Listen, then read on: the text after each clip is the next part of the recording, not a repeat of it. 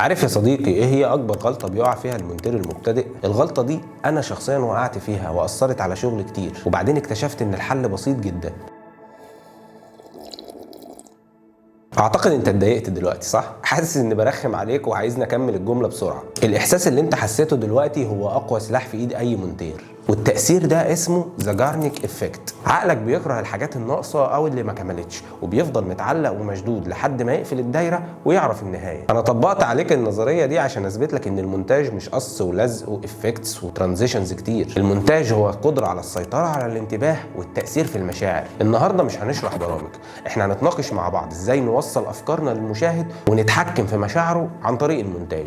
بص يا عبده، وانت بتمنتج الفيديو ده انا مش عايزك تسيب ثانيه ما فيهاش ترانزيشنز او افكت. انا اول ما اتكلم عايزك تحط انفجار، وكل شويه زوم وترانزيشن زوم وترانزيشن. انا عايز استعراض عضلات. احنا بنكلم الناس عن المونتاج، مش عايز باب النجار مخلع الله يسترك. للاسف هي دي العقليه اللي معظم المبتدئين بيشتغلوا بيها، استعراض عضلات في المكان الغلط. المونتاج مش انك تزاول عين المشاهد، المونتاج لو ما ساعدكش في حكي القصه يبقى انت فاهم الموضوع غلط. طيب امتى اعمل كات ولاي مشهد؟ والتر ميرش واحد من اجمد المونترين المشهورين، عنده قاعده بيستخدمها، وهو انه بيكون عنده لسته مكونه من 6 حاجات لازم يتحققوا في اي كات بيعملها، او على الاقل اول 3، وهم كالاتي. اول حاجه المشاعر، هل القطع هنا بيوصل الاحساس الصح للمشاهد؟ 2 القصه، هل القطعه بتساعد القصه تتحرك لقدام؟ 3 الريتم، هل سرعه النقل بين كل مشهد والتاني مناسبه للحدث؟ مثال على ده، لو عملت انتقالات كتيره بسرعه في مشهد حزين او درامي هتحس ان في حاجه غلط. 4 تتبع العين، يعني لو انا بقطع من مشهد في حركه من اليمين للشمال ما ينفعش اروح لمشهد تاني الحركه فيه من الشمال لليمين. القاعده دي بتقول لك ان انت المفروض تخلي المشاهد ما يدورش في الكادر ايه الحاجه اللي المفروض يركز عليها. 5 و6 حاجات ليها علاقه بالاتجاهات، زي قاعده ال 180 درجه، هل الشخصيات باصه صح بالنسبه لبعض وبالنسبه للمكان اللي هم موجودين فيه؟ هل في تتابع في حركه الشخص جوه المكان، وده اللي بيخلينا نعرف الاحداث بتدور في مكان عامل ازاي.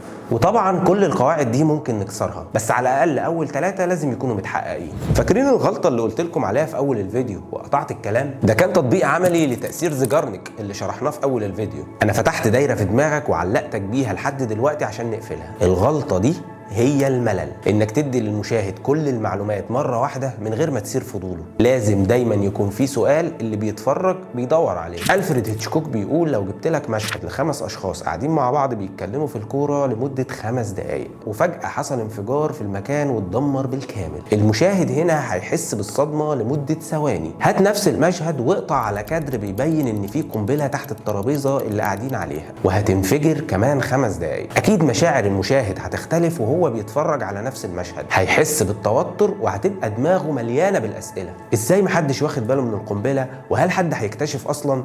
وهل اصلا هي هتنفجر ولا لا؟ المونتاج القوي بيتحقق لما بسال نفسي وانا بمنتج ايه هو السؤال اللي المفروض المشاهد يكون بيساله لنفسه دلوقتي، مش ايه هو الافكت اللي المفروض يتعمل او الترانزيشن اللي المفروض نحطه. ومش عايز حد يفهمني غلط، انا مش ضد الافكتس او الاوفرليز او الترانزيشنز، بالعكس كلنا بنستخدمها، بس انا لازم اسال نفسي سؤال، هل الافكت ده بيساعد في سرد القصه ولا لا؟ وجهه نظري اللي ممكن ناس كتير تختلف معايا فيها، لو حد اتفرج على فيديو وكان اول رد فعل ليه الله المونتاج بتاعه جامد جدا، يبقى ممكن تكون ما نجحتش قوي كمونتير. لان النجاح الحقيقي هو ان المشاهد يندمج في القصه لدرجه ان هو ينسى تماما ان في مونتاج، ويبقى مستمتع بالفيديو ويكمله للاخر. المونتاج لما بيوصل لدرجه الاتقان بيختفي. وفي نهايه الفيديو ما تنساش تحط اللايك والسبسكرايب وتفعل زر الجرس، واستنى فيديوهاتنا الجايه اللي هنشرح فيها افكارنا بشكل عملي. سلام.